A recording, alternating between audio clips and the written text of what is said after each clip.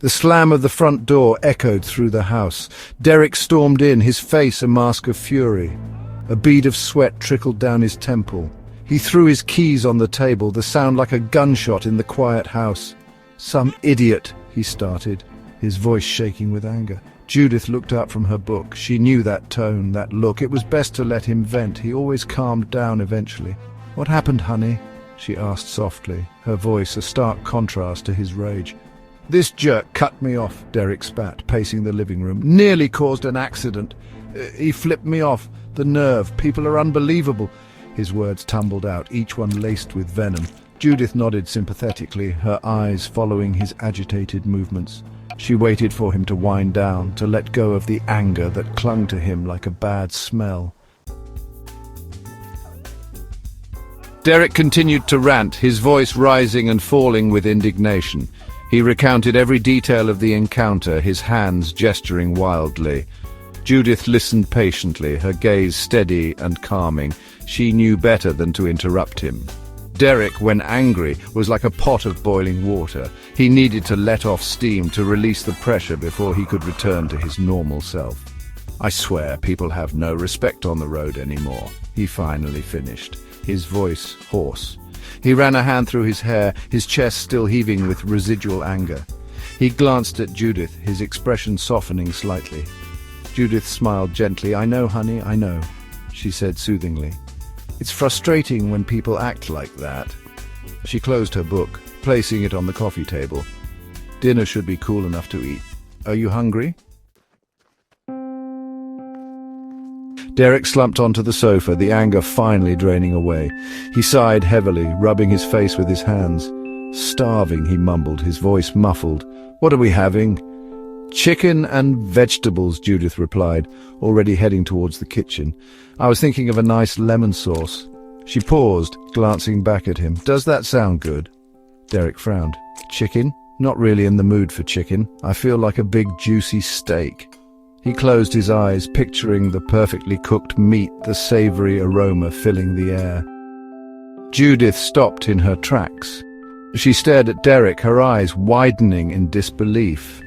On the counter behind him, the plate of cooked chicken breasts began to change. It morphed and shifted, the white meat turning a deep red, the delicate bones thickening and fusing. A wave of silence washed over the room. Derick opened his eyes, drawn by Judith's stunned silence. He turned to see what had caught her attention, and his jaw dropped. On the counter, where moments ago there had been a plate of chicken, now sat a perfectly cooked steak. "What the?" Derick stammered, his eyes glued to the transformed meal. He looked at his hands, then back at the steak. A slow grin spread across his face. Did I do that?" Judith could only nod, her eyes wide with a mixture of fear and amazement.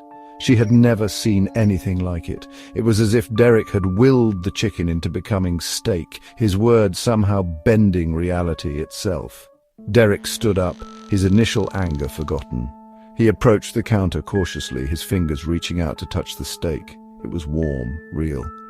He chuckled, a low disbelieving sound. "This is incredible." For the rest of the evening, Derick experimented with his newfound power. He wished for his favorite beer to be chilled, and snapping his fingers for effect, it was. He declared that the house was too cold, and the thermostat seemed to adjust itself, the temperature rising to a comfortable level. Judith watched, a knot of worry forming in her stomach. She was both fascinated and terrified by Derick's ability. It was like watching a child play with a loaded gun, unaware of the potential danger. "Derick, maybe you should be careful," she cautioned, her voice trembling slightly. "This power, it's unpredictable." Her words seemed to fall on deaf ears. Derick, caught up in the excitement of his newfound abilities, just laughed. "Careful?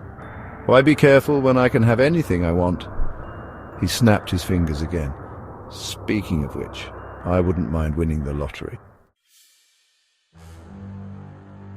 The lottery ticket materialized in his hand, the winning numbers glowing faintly. Derick whooped in delight, waving it in Judith's face. "See, anything I want!" He puffed out his chest, drunk on his own power. Judith pushed the ticket away, her apprehension growing.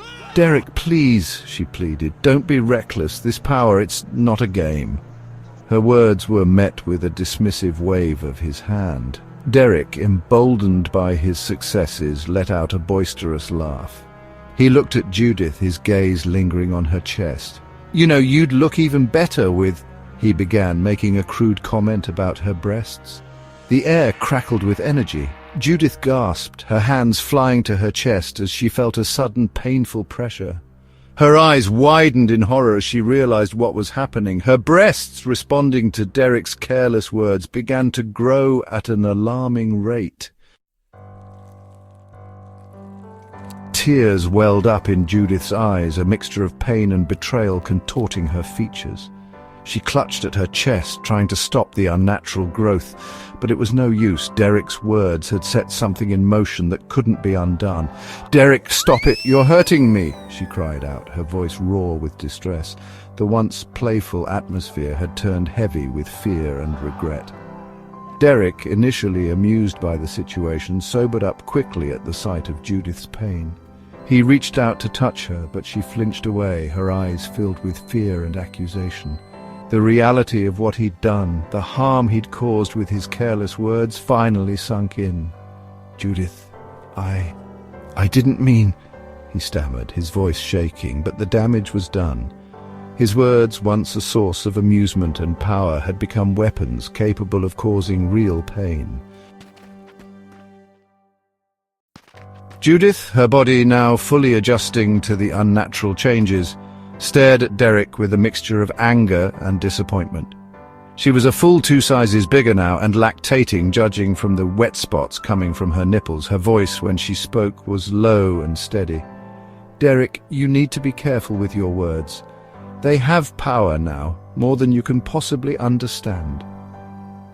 Guilt washed over Derick. He looked at his hands, his stomach churning with nausea. He hadn't meant to hurt Judith, but his arrogance, his careless use of his newfound power, had blinded him to the consequences. I know," he mumbled, his gaze fixed on the floor. "I mean it, Derick. You have to be careful." Annoyed by her nagging. "You think I was born yesterday?" The air shimmered once more, the energy around him crackling with an unseen force. Judith watched in horror as Derick began to shrink. His clothes became loose, his features becoming softer, younger. He tried to speak and undo his words, but gurgling words came out. Within seconds he was no longer the man she knew, but a helpless infant, his newborn cries echoing through the silent house. The lottery ticket, now too large for his tiny hand, slipped to the floor, landing at Judith's feet. The stake on the counter remained, a stark reminder of the events that had just transpired. Judith stood there for a long moment, the weight of what had happened crashing down on her. Her boyfriend, the man she loved, was gone, reduced to a helpless infant by his own careless words, and she was left to pick up the pieces, to explain the unexplainable. The silence in the house was deafening, broken only by the soft cries of the newborn. Judith looked down at the infant Derick, her heart heavy with a grief she couldn't even begin to process. Judith picked him up and wrapped him in his own adult shirt. Innocent eyes seemed to focus on her. How could she possibly explain this to his family and hers? How could she explain the impossible?